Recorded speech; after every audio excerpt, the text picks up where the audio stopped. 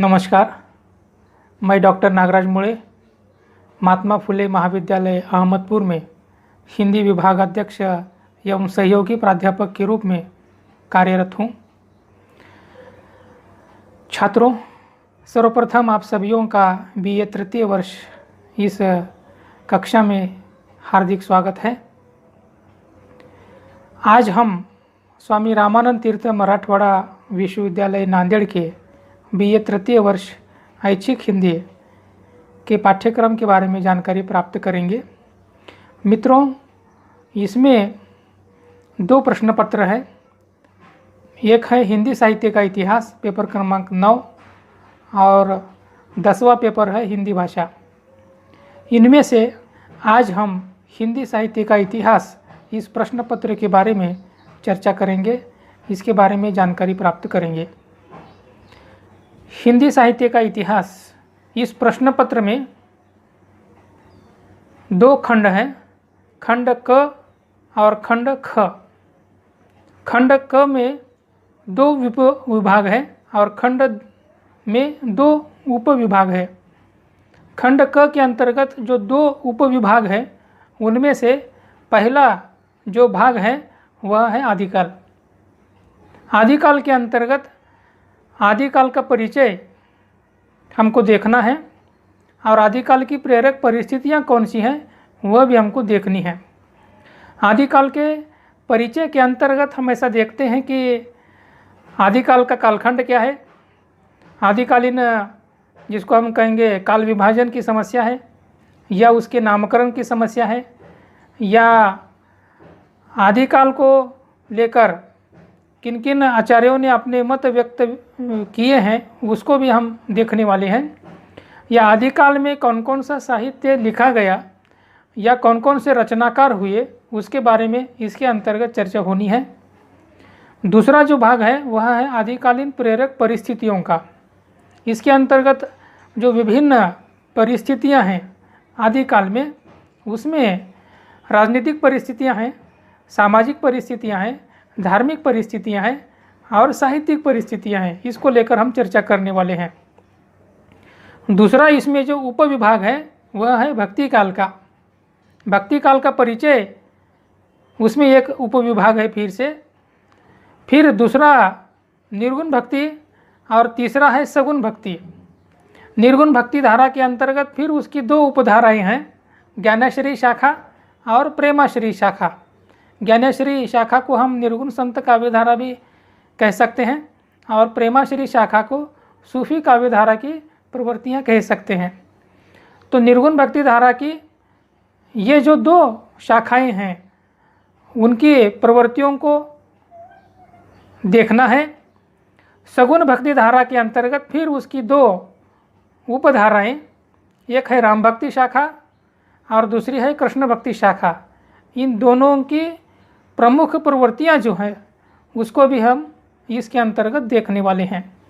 तो ये हो गया खंड क का पाठ्यक्रम, जो आदिकाल और भक्ति काल में विभाजित है। खंड ख में रीतिकाल एक है और आधुनिक काल एक है।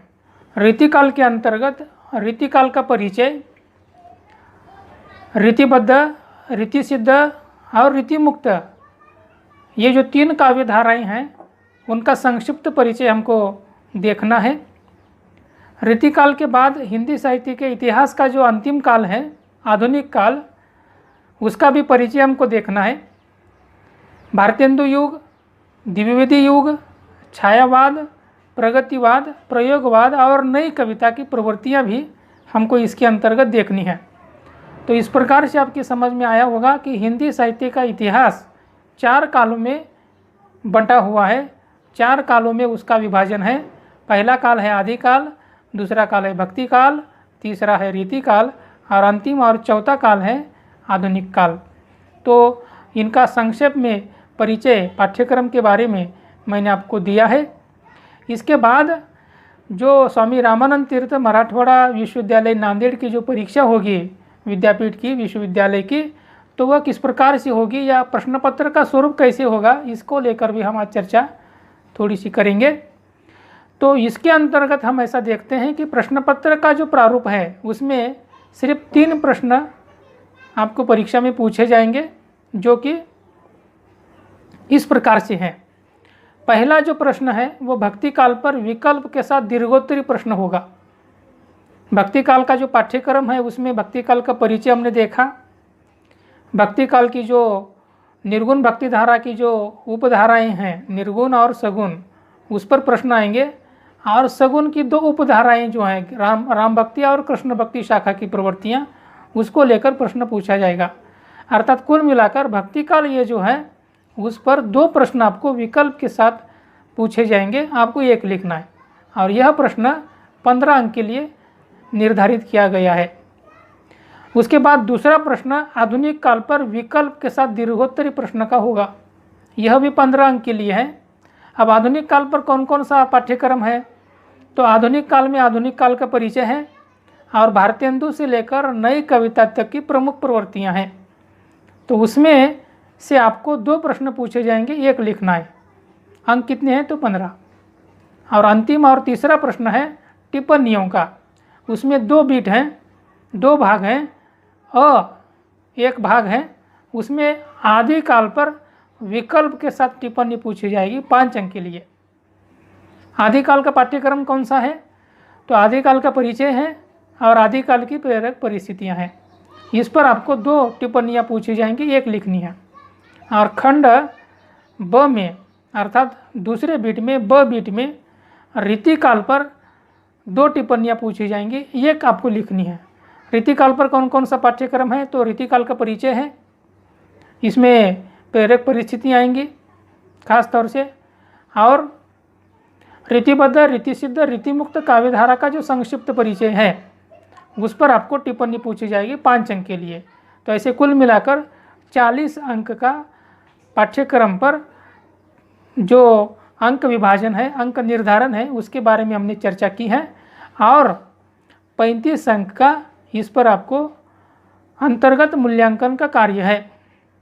कक्षा में 2 परीक्षाएं 20 अंक के लिए और सेमिनार 15 अंक के लिए, ऐसे 35 अंक का यह अंतर्गत मूल्यांकन का कार्य है।